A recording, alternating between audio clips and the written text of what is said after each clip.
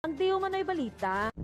Nakauwi na ng Pilipinas si Vice President Sara Duterte matapos ang halos isang buwan na pananatili doon sa may The Hague sa Netherlands. Sa impormasyong nilabas ng Office of the Vice President, dumating ang pangalawang Pangulo sa Ninoy Aquino International Airport kahapon araw ng Linggo, Abril 6, bandang alas 9:56 ng gabi. Maalala hong nanatili si Vice President Sara Duterte sa may Netherlands simula noong Marso 12. Kasunod po yan ng pagkakaresto sa kanyang ama na si dating Pangulong Rodrigo Duterte na kasalukuyang nasa International Criminal Court o Detention Facility dahil sa kasong crimes against humanity. Nasaan na sa mga susunod na araw, maglalabas sa mga pahayag ang Vice Presidente sa ilan pang mahalagang usapin at mga isyong kinakarap nito ngayon. Batay po yan sa impormasyong inilabas ng Office of the Vice President.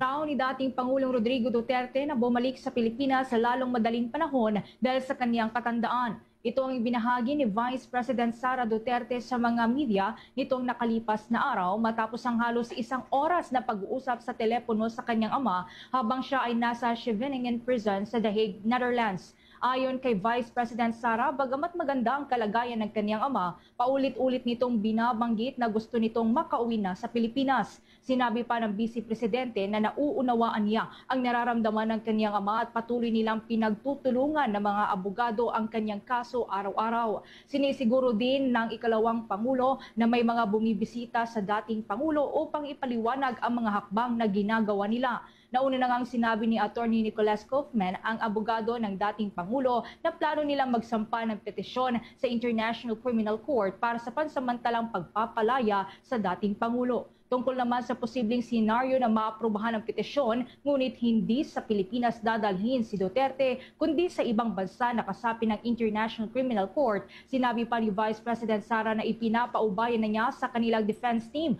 ang pinakamahusay na legal strategy para rito.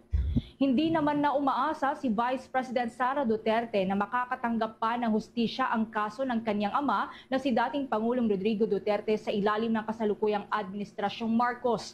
Sa isang panayam ay iminungkahi ng Vice Presidente na hindi na niya nakikita na magkakaroon ng sapat na hustisya at tamang proseso ang kaso ng kanyang ama mula sa panig ng gobyerno ng Pilipinas dahil sa umano'y ginawang extraordinary rendition ng administrasyon sa dating Pangulo. Kasunod nito ay hiniling naman ng pangalawang Pangulo na hindi na sana ito mangyari pa sa ibang kapwa Pilipino na siyang rason anya kung bakit nagsasagawa ng mga pagdinig sa Senado tungkol sa proseso ng pagkakaaresto sa dating Pangulo. Sa pamamagitan na niya ng mga pagdinig na ito ay maaaring magkaroon ng mga sapat na rules, guidelines at bumuo ng batas ang Senado para maiwasan na anyang muling magkaroon ng ganitong mga klaseng sitwasyon. Narito pa ang karagdagang pahayag ni Vice President Sara Duterte.